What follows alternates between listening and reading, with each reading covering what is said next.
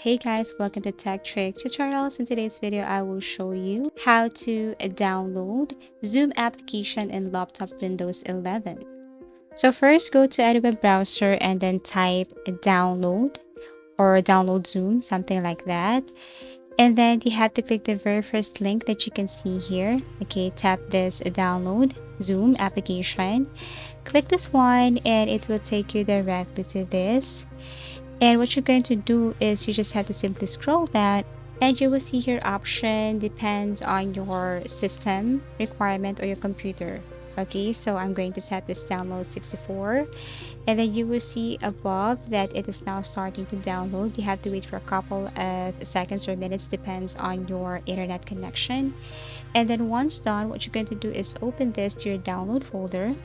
Right click, tap this run as administrator, wait as it is processing. As you can see, initialize. And then you will see this, the installation was successful. Click done. Go to your start menu or search menu and then type Zoom and you will see this. Click open. And that's it. Now you will have your option if you want to join meetings, sign up or sign in. If you click sign up, you need to sign up using your Google account. Okay, add your Google account or email address, password. Same thing with sign in.